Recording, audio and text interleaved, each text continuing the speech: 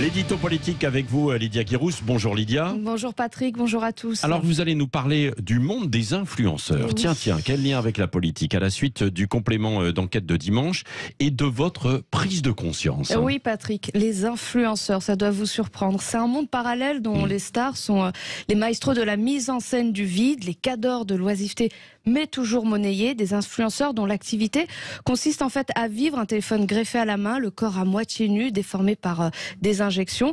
En fait, c'est des exemples incroyablement effrayants pour la jeunesse, mais qui sont, et c'est ce qui fait leur fortune, suivis par des millions de jeunes. Et là, c'est plus intéressant au niveau politique. Des jeunes qui rêvent aussi de devenir influenceurs. Description du job, grosso modo.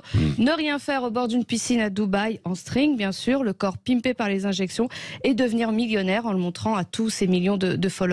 Bon, on a compris la description, donc merci Lydia Guirousse. Mais quel lien précisément avec la politique? Alors plus sérieusement, j'ai eu une vraie prise de conscience une fois passées toutes ces critiques sur leur mode de vie. La démocratie participative est en crise, nous le savons. L'abstention bat des records à chaque élection, surtout chez les jeunes. Les élus sont délégitimés et plus largement, la parole politique en fait est décrédibilisée.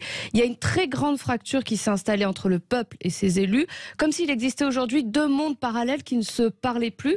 La crise des Gilets jaunes a été une illustration et a laissé des traces. Il y a un esprit de fronde, un esprit anti-système qui s'est installé dans toutes les couches de la population, de la bourgeoisie aux milieux les plus populaires. Et la question aujourd'hui, c'est comment on recrée du lien, de la proximité, et comment on fait pour que ces gens s'intéressent à nouveau à la chose publique, eux qui vivent le nez dans les applications, comment on brise le ça ne me concerne plus. Et très honnêtement, très étrangement, je me suis dit que les influenceurs pouvaient être ce levier. Des influenceurs, Lydia Guirousse, pour redonner de la vivacité à notre vieille démocratie, c'est ça? Oui, car eux ont un lien avec cette partie de la population qui ne s'informe plus, qui ne regarde plus la télévision et notamment les chaînes d'information, qui n'écoute plus la radio et qui sature d'informations.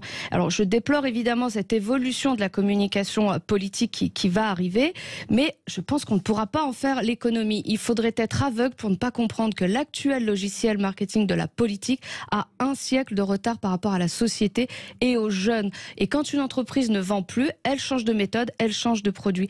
Et la politique doit opérer aujourd'hui ce grand reset pour toucher les Français qui lui tournent le dos et préfèrent se distraire le nez dans les stories.